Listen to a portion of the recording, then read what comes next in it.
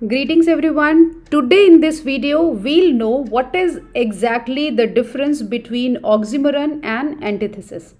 ये दो ऐसे फिगर्स ऑफ स्पीच हैं जिनमें कि जनरली ज़्यादातर लोग कंफ्यूज रहते हैं. आज हम जानेंगे कि what is the exact difference between these two figures of speech.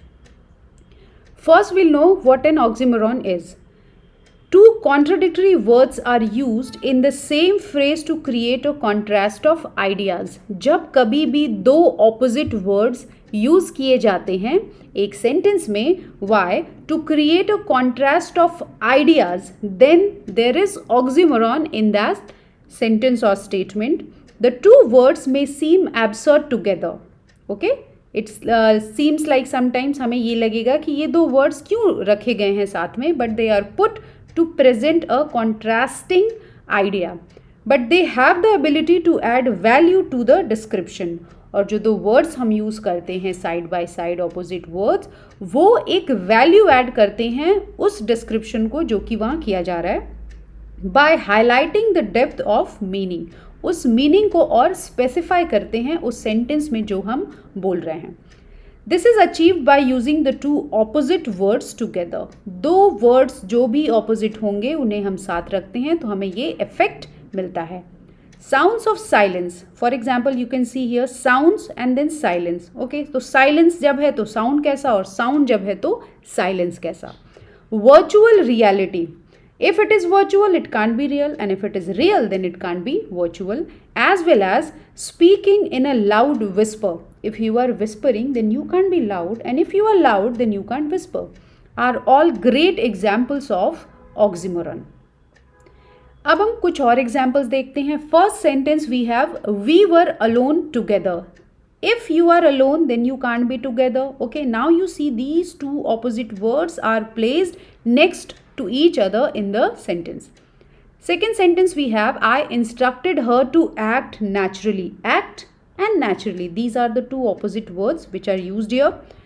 Third one we have it was a very close distance. If it is close then why distance is used here. Fourth sentence the final draft of the committee was submitted today.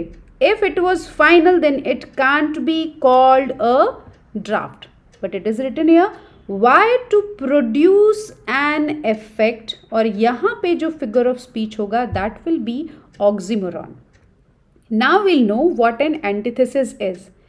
Antithesis is used in writing or speech either as a proposition that contrasts with or reverses some previously mentioned proposition. जो कि पहले कहा गया है, antithesis use किया जाता है किसी स्टेटमेंट में. किस लिए? क्योंकि जो पहले ही कही बात है उसी को रिवर्स करने के लिए. Okay, reverses some previously mentioned proposition or when two opposites are introduced together for contrasting effect. जब दो opposite meanings साथ में रखे जाते हैं contrasting effect के लिए तो वहाँ पे antithesis होता है. It must always contain two ideas within one statement. यहाँ पे ध्यान देने की बात है, oxymoron में क्या था, two words थे, and here in antithesis we have two ideas. Okay, this is the biggest difference between these two. Now we have examples. First sentence we have man proposes, God disposes. अब यहाँ पे देखिए man proposes, God disposes. यहाँ दो opposite ideas हैं. Second sentence is love is an ideal thing, marriage a real thing. So यहाँ पे ideal और real दो contrasting चीज़ें बताई गई हैं इस sentence में, दो contrasting ideas यहाँ पे present किए गए हैं. So here we have antithesis. Now third sentence, to err is human, to forgive divine.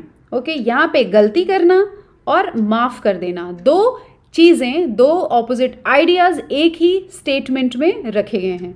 Number 4, better to reign in hell than to serve in heaven. यहाँ पे दो ऑपोजिट आइडियाज़ फिर से हैं. रेन करने की बात हो रही है, राज करने की, और सर्व करने की बात हो रही है, सर्वेंट की तरह एक्ट करने की. तो दो ऑपोजिट चीज़ें एक ही स्टेटमेंट में यहाँ रखा गया है. तो यहाँ भी क्या होगा, एंटीथेसिस. अब हम देखते हैं डिफरेंस. फिर से हम फटाफट रिकैपिचुलेट करते हैं what is the main difference between oxymoron and antithesis. So first comes oxymoron. Two opposite words are used together to make contrast. दो opposite words की बात जहाँ पे होती है वहाँ पे ऑक्सीमोरन हो जाता है, और एक और बात है वो दोनों वर्ड्स जो हैं पास पास ही होने चाहिए. Antithesis. Antithesis contains two opposite words और phrases within a sentence. Okay, एक ही सेंटेंस में दो ऑपोजिट वर्ड्स या फिर फ्रेजेस हों वहाँ पे एंटीथेसिस होता है.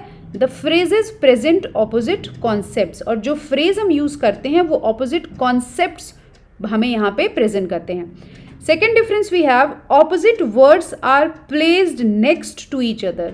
हमेशा ऑक्सीमोरन में जो दो भी वर्ड होंगे वो एक दूसरे के नेक्स्ट टू नेक्स्ट ही रखे जाते हैं. Then antithesis. In an antithesis the two opposite words are not written together. और एंटीथेसिस के केस में ये इम्पॉर्टेंट नहीं है कि दोनों ऑपोजिट वर्ड्स साथ साथ ही लिखे गए हों. तो ये एक मेजर डिफरेंस हो जाता है एंटीथेसिस और ऑक्सीमोरन में. That was all about this video. Thank you everybody for watching.